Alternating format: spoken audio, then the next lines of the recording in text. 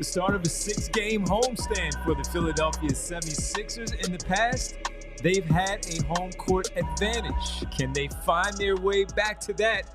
As shorthanded as they are, 6 games is 6 games, but can they get the W's in the midst of it all? Welcome to the PHLY Sixers Pregame Show presented by Bet365. Download the Bet365 app using code PHLY365 when you sign up. Whatever the moment, it's never ordinary at Bet365. Along with Rich Hoffman, I'm Devon Givens. Bree is with us as well, and we have a lot to talk about from the 6-game homestand all the way down to Jimmy Butler, the starters, and our Bet365 pregame picks a little bit later.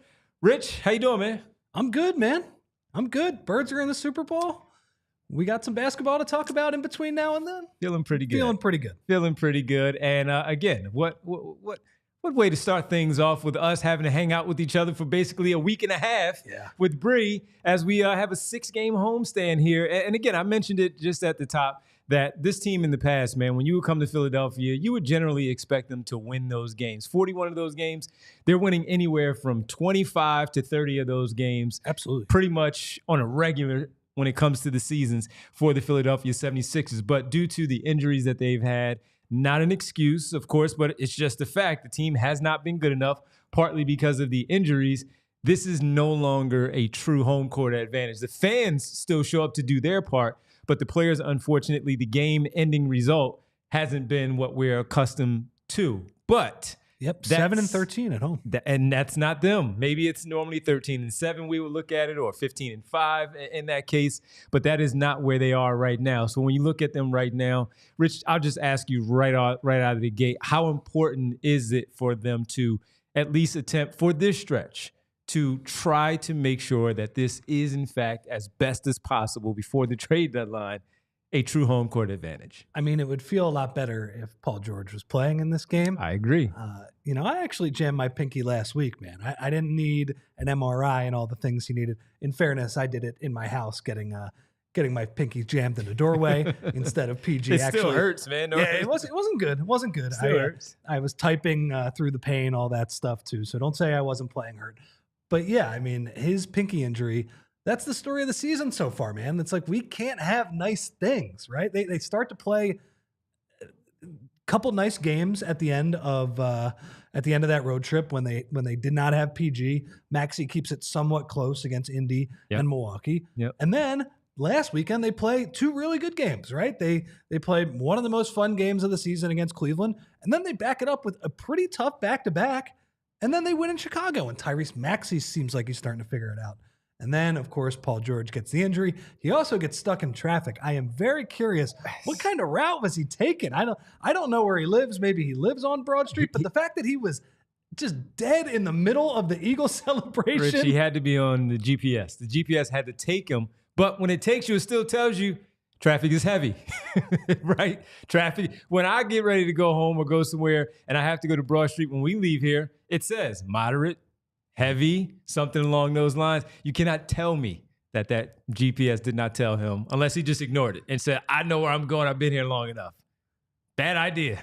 Hilarious that he just had to sit there as people were going crazy and people were like, hey, that's Paul George. I hope his car didn't get like too people were tapping on the car and stuff like that. So, I do hope his car is. But I did see while he was driving with his left, he had the little splint there on the pinky, or at least it was bandaged and wrapped, whatever they decided to do. Anyway, that's going to make tonight's game a lot harder, right? And you are getting the Lakers on the second night of a back-to-back. Yes, you are. I am hoping you're getting a LeBron load management game, because while I am so unbelievably impressed that LeBron James is still playing at this high of a level. As Bree said this before you walked in. Go ahead. Yeah, I mean that he's just been doing it for so long. I will say, do you remember the game last year against the Lakers? I actually think that was before your thing was up. Yep. And Derek and I watched the game here, and it was the game where Tyrese Maxey went off. I could not believe how little of an effort LeBron gave on defense. It's fine. He's in his millionth year in the NBA. There's only one way he's going to be able to make it to the playoffs. But I'm hoping we get another one of those nights tonight, maybe get a sleepy older Lakers team on the second half of a back-to-back. Yeah. But they've been pretty good. I was looking at the numbers from the game last night. They played the Charlotte Hornets, by the way, who kept it close. It was like a 7-point victory for the for the Lakers at home. Anthony Davis went nuts, 40 and 20 or something like that for him in that game. So he's got a chance to go nuts again. Yeah, he was outstanding. Maybe that's in my parlay a little bit later. We'll see. Okay. But the point of it was, Rich, is that they had to play. They were in the game the entire time. LaMelo Ball left the game early. I think he played like 9 or 10 minutes or something long. Pretty fluky injury too. Yeah. And with that, the Hornets put up a fight. So they had to play. And LeBron didn't score a lot. So I wonder how that one goes. They snuck a win in there last night. But are they going to be able to take advantage of their time off? They last played on Saturday, so they were off Sunday and Monday. A couple of days off. You get a team on the second night of a back-to-back. You have a 6-game homestand here. That's pretty important for where they are with their future for this season, the immediate future for this season. And then with the trade deadline now, 9 days away? That a lot can be said. A lot can change of how the direction of this franchise is going to go based on maybe these 6 games at home, one on the road right before the trade deadline. But these 6 games at home are going to be really important for them to try to reestablish, get the fans back on their side, quite honestly, a little bit here to give them something to feel good about back here at home. Maybe they catch them a little bit of sleep. Obviously, it would have been a little bit easier with PG, but you never know. And honestly, when I looked at this homestand, Denver on Friday and then Boston on Sunday, those are going to be tough games. But it felt like, I know Sacramento was starting to play a little bit better. Now, it's funny that they're starting to play a little bit better, and then they just had a trade request, basically a public kind of behind-the-scenes trade request from the Aaron Fox. So maybe that blows up their chemistry a little bit. But it felt like this was, okay, I'm probably not going to pick the Sixers to beat the Lakers tonight. But it is a winnable game. It's not a team of world beaters. The Lakers they're 26 and 18 on the year. But if you look at their point differential, which is usually a better way to look at it, they're right around a 500 team. They have outperformed that a little bit so far this season. So it does seem somewhat winnable. Yeah, and the Sixers and the Lakers, this is their second game. The first one was played during that 5-game road trip out west really early in the season where we thought the Sixers should have beaten the Suns, should have beaten the Clippers, and at least had a chance against the Lakers. The Lakers were the last game during that it was a 3-game road trip out there. Yeah. And they slipped up against those teams out there. That game was close late. It was close. It was close. So this is the second one. Joel did not play in that one. And Paul George, did he play in that one? I can't remember if he played in that one at all, but he was back at that point against the Lakers. So this is the second game. It was a 116-106 victory for the Lakers. Jared McCain played well. Don't have him. We'll talk about him in a little bit. But this is an opportunity, catching a team on the second night of a back-to-back where they probably felt like, hey, this is the easier one against the Hornets. And the Sixers tomorrow night, that's the one that we really have to gear up for. Instead, last night they really had to put their foot to it against the Hornets. And tonight they're going to have to do the same thing because, again, the Sixers have won 2 in a row. After Nick Nurse went off in the locker room in Denver, they played a better brand of basketball. And even when Paul George did go out in that first half in Chicago, the Sixers, we thought, no, they kept it going in the second half. You saw some players really do some things. So if they are, again, lifting their spirits a bit because of what happened, taking heed to the message of the head coach and seeing some inspired play from them, they should at least come out here starting off and make this one a game against LeBron, Anthony Davis, who are going to play. Rui Hachimura is available also, and see what they do. If they play like they did over the weekend, they'll have a chance to win. They absolutely will. They were very good over the weekend. Especially against Cleveland. I mean, this Cleveland's way better than this team. But, you see it every night in the NBA, Devon. I mean, as much as as poorly as the Sixers played in Denver gave up 1 million points to Chicago last night. Yep. So, on a night-by-night basis, these things can change. But if they can just kind of keep that momentum from the weekend, I think they have a shot tonight. Like, I'd like to see some good basketball. I did want to point out this tweet that came across my timeline from our own Derek Bodner. Jared McCain says that he has picked up learning Spanish and playing the piano to fill the void now that he can't play basketball. I guess they had Jared there for an availability, maybe a little update or whatever. especially because of the Rising Stars thing. Yeah. Oh, maybe that's why. Yeah. Anyway, impressive stuff. It's just an impressive guy. He's a renaissance man. I mean, he is. He's a young guy who takes advantage of the young stuff, but he's kind of way beyond his years in a sense. That's hilarious. Like the TikTok stuff, that's his age. But then the piano and Spanish and all. These guys, he's a renaissance man. It's like, look, man, I tore my meniscus. I can't hoop right now. I'm going to learn Spanish at least, right? Or whatever. Anyway, I miss watching that guy play. Obviously, I would love to have him for tonight's game where it's like, all right, they're shorthanded, but at least you got the two small guards ready to get some shots up tonight. So, Absolutely. So, let's just do that before we get to Jimmy Park. Jared McCain named to the rookie team for the Rising Stars.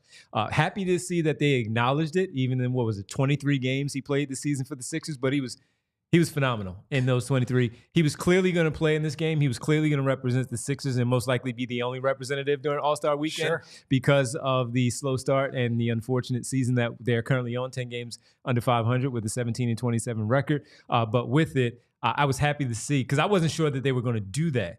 But they did. They acknowledged him. They put him on the team. We know he's not going to play. We'll see what they say about him traveling and just being part of the festivities, just to be out there and experience it all. Be nice. He'll have a chance to be there next year for the sophomore part of it if he again plays well next season. And he'll be in the three-point contest and in a few years. Three-point contest as well. But just your thoughts on the NBA, the coaches, whoever makes those votes, of having him a part of that rookie team because he was well-deserved. Deserving of it. Yeah, just well-deserved. I'm sure he'll make like a YouTube travel vlog if he gets to go, and he deserves it. Like he could probably have a lot of fun. Where is the All-Star game San this Francisco. Year? Oh, good city too, right? Yeah. You know, it's been I'm not going to dig on some of the most recent cities. You could look up the ones that I'm thinking of right now. Indiana. That could be a lot of fun. So hopefully he has a good weekend because it's well-deserved. Yeah, and look, for a guy like that who, number one, in the 23 games, he is, for some of the other players on there who are, again, established enough to be named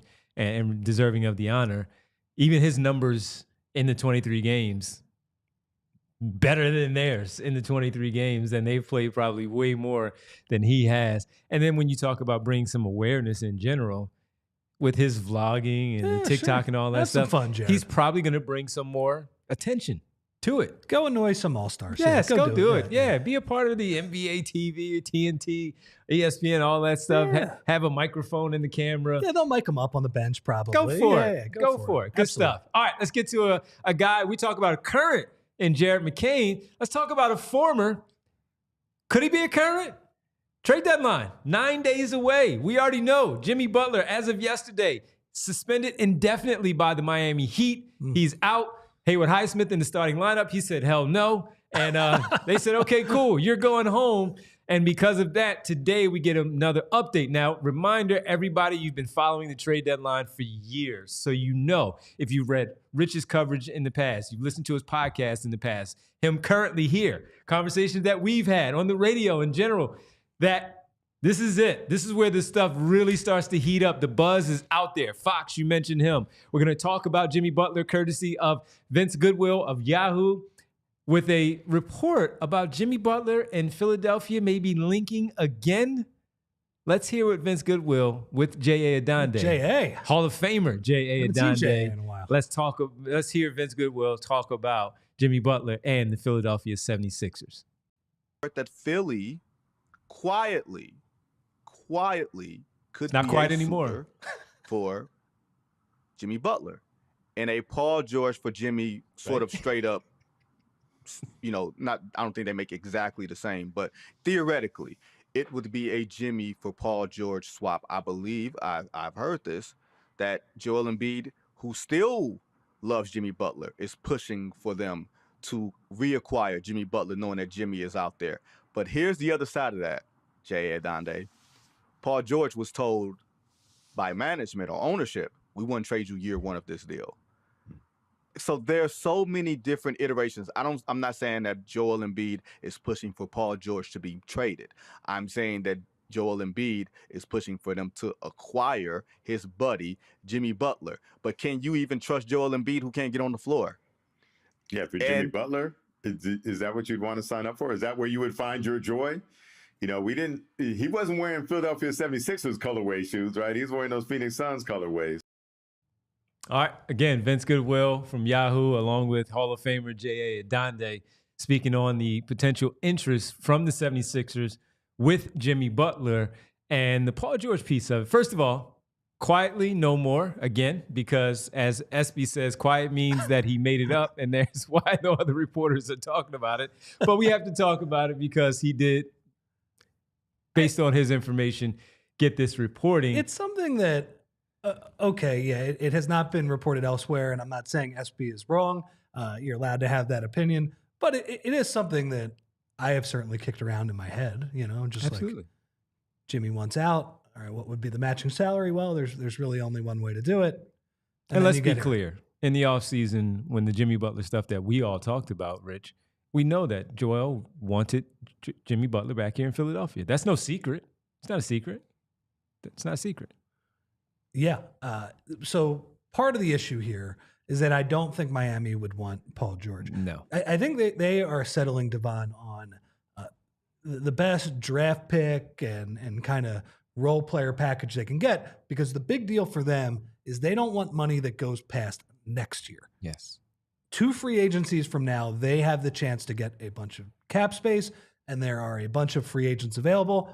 Now, they might be delusional. I don't know if they're going to be able to get like the Luka Doncic's of the world. I think Luka is the big prize there. There's another big one too? In 26? Yeah. Is Luka, I can't remember off the top of my head, but Luka is the big one. Luka's the big one. Yeah.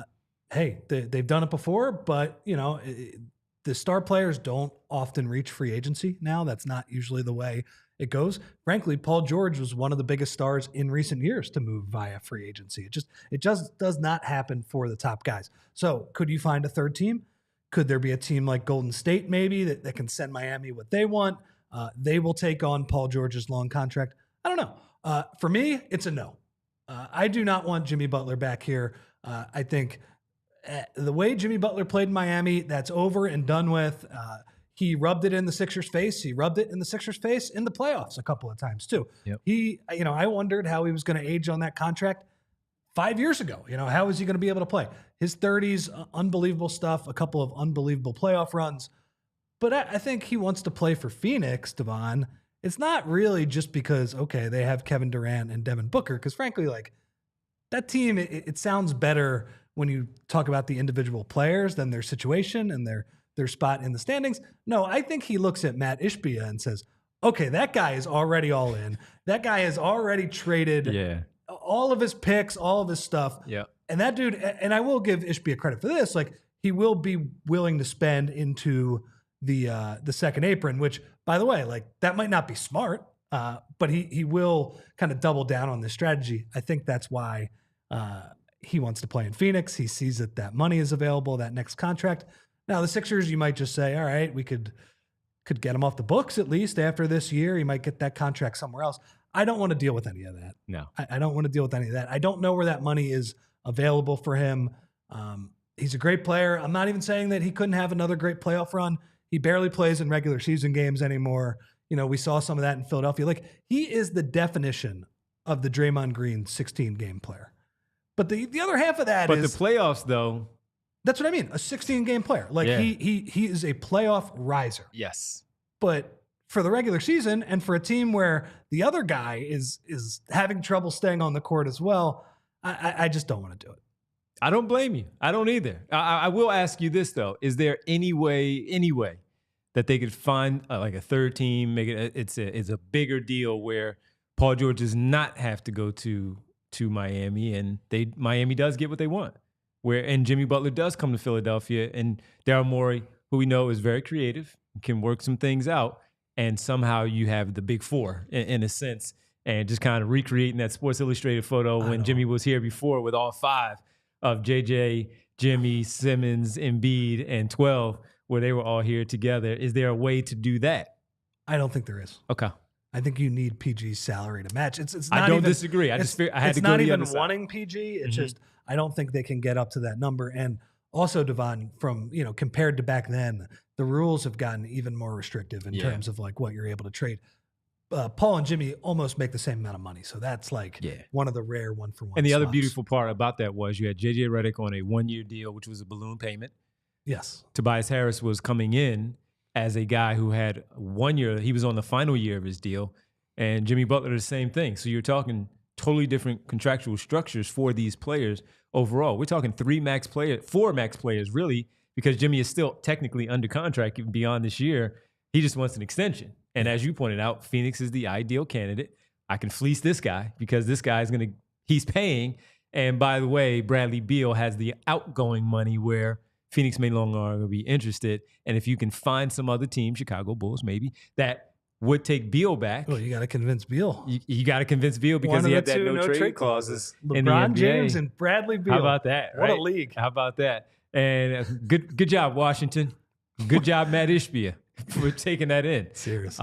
So that's it, though. But these are the type of things that we're going to start to hear as these days start to dwindle and dwindle and dwindle, and we get closer to next Thursday's, not this Thursday, next Thursday, the 6th, the NBA trade deadline. Well, and Wawa is in the chat saying that it's a good idea because the Jimmy contract ends.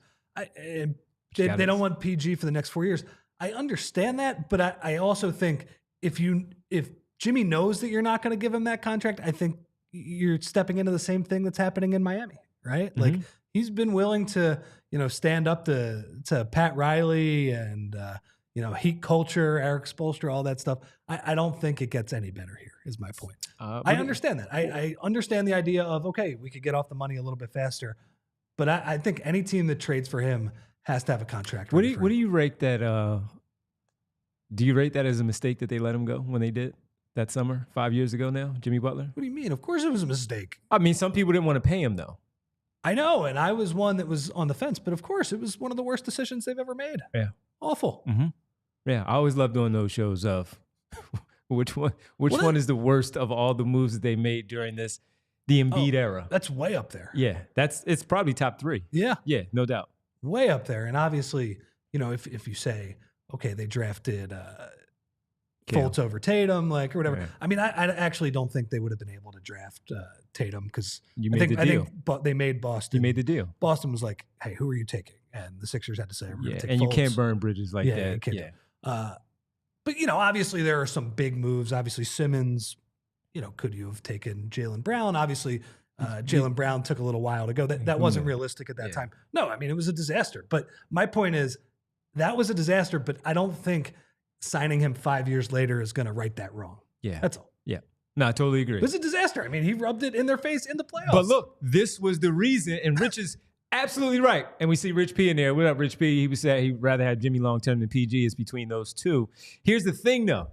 This was the reason that we were having the conversation at that time. Because if you gave him that contract extension, this is the time where you're looking at Jimmy Butler saying, all right, is it our turn to move on from him now? Yeah. Not bring him back. It's to move on from him now. The idea is great because we saw what we saw getting to the finals 2 of the 3 years for the Miami Heat, carrying them to the finals. Yes, he had help. Caleb Martin destroying the Boston Celtics. Bam Adebayo playing really well. You got help from other places. But this is the time where you were looking at it saying, I cannot have our salary cap strapped to him in year 5 of a 5-year deal because he's going to be 35. He's going to be older. He's going to start to go in the opposite direction. So he hasn't done it yet, but at some point he is going to. Yeah, and you don't want to be the one that's stuck with that. Like PG should be able to shoot in a few years. Like that's going to be a bad contract. But I just think like PG is going to look a lot better if Joel can actually get on the floor. Now that hasn't happened. That's number 1. That hasn't happened so far. But let me counter with the number 2. Not excuses, but just the fact. He should be healthy next year. Yeah. So you're talking about a healthy Paul George next year? I would take him over Jimmy Butler, especially if you have Joel, because the shooting will play off of that. But, who would I rather have now? I think I'd rather have Jimmy, right? He can create more. He certainly could still get to the basket and do his free throw routine as well. But no, I would say no to Jimmy. I think, and especially that was a mistake, and just because leave it in the past. Paul George right now with his 4-year deal, you got 3 years left. Jimmy Butler wants 3-4 more, and I'm just not doing that. Yeah. I'm not doing it. It's a fun conversation. If there they are probably did it, some people that disagree. There are some people in the chat who disagree. Rich P said he would do it. I get it. I understand the pros and the cons. Yeah. I don't know. I'm staying away from that one, but I get it. Right. Gene says no to Jimmy. Just flat out no. Gene also said the worst thing that they did was bowing to Adam Silver and getting Hinkie out of there for Colangelo. I think that is the original sin of everything. We have no idea how Hinkie would have turned out, but also had one Kale, the trade. Draft night. I mean, come on, we could go down the list. We can. We have plenty. We have 6 games that you and I are going to be together. We can do that. Well, we could do that on one show after they lose. Yes. If they get killed, because McHale wasn't the only very good player that was in that area of the draft. One of them might win the MVP this year. I don't know. Yeah. Yeah. So you got a couple choices that you got. By the way, when you asked, are there other names outside of Luka Doncic for the Heat in 26? That guy is one of them. Shai Gilgeous-Alexander, he's not Jaren Jackson Jr., De'Aaron Fox, and who else did I have? Kevin Durant, maybe, but it's gonna be a little bit older. Kyrie Irving as well, and then you have Luka Doncic talking about him also. So SGA is not going anywhere. Nah, he's not going anywhere. All right, let's get to the starters for tonight. You have guys playing tonight. Ooh, here's just all right. Let's get to the starting lineup here. No Paul George. Do you think they had to dig really deep into the archive to get that Edwards picture? No, because they did it the last time he started. I know he started. Or he was supposed to start. But yes, you're right. They said, "Oh, we gotta go way back." So let's go way back from the archives of Media Day for Justin Edwards, who's in the front court with Yabusele and Kelly Oubre. In the backcourt, Eric Gordon and Tyrese Maxey. That has been your starting lineup for the last few games. That is your starting lineup again. Minus Paul George. Justin Edwards gets the nod. Your thoughts? Gonna be hard. But a couple days off against a tired Lakers team. We'll see. I like that Justin Edwards is starting. He's been a lot of fun to watch. Yes. He's more deserving of it than anybody else. Hopefully we get this after the game is over. We will get on this a little more. Hopefully he has another game. The way Tyrese has played over the past couple weeks has been great. Mm-hmm. Been really, really good. For the month, as I was putting the notes together earlier, for the month he's averaging 28, 6, just under 7, couple assists, 2 steals, still shooting like 35% from 3, 33, somewhere around that range. But we know he's carrying a heavy load for this basketball team. So if he's not making 39% of his threes, I mean, we can't destroy him all that much when it's not his fault. He's doing all he can. So that guy has been phenomenal. Jeannie pointing out that Yabu is the new Eagles fan. I enjoyed Yabu on Twitter being like the Frankie Louvu jumping over the tush push and then the reps. I love for people who have been watching football their whole lives. Like I needed an explanation on that. Like I was like, what is going on? They could just award a touchdown. So for Yabu, who likes probably the other football, considering where he's from, soccer. He probably was very confused. I got a big kick out of that, but he seemed like he had a lot of fun. He looked like he had a lot of fun. By the way, for the national media talking about, you just want to change the rules and award it to the Eagles. No, if you were watching the actual broadcast, who's the guy who does it for Fox? The in the booth official who gives them. Mike Pereira. Mike Pereira said it before they did. Nailed it. He said it before they did. Legend. So it wasn't like they just decided that that's what was going to happen. He said, no, here's the thing. If nobody knows, this is what happens when this goes on. Was very impressed by that. Very impressed by Mike Pereira with that one. All right, let's get to our Bet365 pregame picks for our pregame segment, brought to you by Bet365. Again, use code PHLY365 when you sign up. Whatever the moment, it's never ordinary at Bet365. We're going to run through these pretty quickly because nationally televised game on TNT, they start the game right away. So we want to get you guys to the game. All right, same game parlay for me, Rich. 4+ threes made tonight with Anthony Davis over 12.5 rebounds after he collected 20 last night against a much bigger front court, center-wise at least, against the Charlotte Hornets. Your thoughts? Plus 240 on that same game parlay. It's a good number. I think the Anthony Davis one feels like, I don't want to say it's a lock, but maybe they think that the Sixers are just going to give up a bunch of buckets to the Lakers. I don't know. I feel like he's going to have an excellent day on the boards. Does Maxey make the 4 threes? We'll see. I mean, in recent games, yes. Yep, he absolutely has. And yours was Kelly Oubre. 20-plus points. And here was my thinking. I already kind of touched on why I'm thinking this way. LeBron, second night of a back-to-back. Who is the guy that he is most likely to guard and kind of chill and not give a lot of effort? That would be Kelly Oubre. think Kelly gets his 20 points tonight. So Max Christie might get the Maxey assignment tonight. LeBron's not guarding Maxey. Max Christie. You kidding me? You're up. Not that he can't defend because he does have good length and all that stuff. Sure. All right, those are our Bet365 picks for our pregame pick segment brought to you by Bet365. Use code PHLY365 when you sign up. Whatever the moment, it's never ordinary at Bet365. You must be 21 plus and physically located in Pennsylvania. If you or someone you know has a gambling problem and wants help, call 1-800-GAMBLER. Rich and I and Bree will be back after the game. Everybody, come on back with us. Hopefully we're talking about a 3-game winning streak for the Philadelphia 76ers, snapping the Lakers' current 3-game winning streak for themselves. For Rich, Bree, I'm Devon. We'll talk to you after the game. Sixers, Lakers. Enjoy. We all silly like the mayor.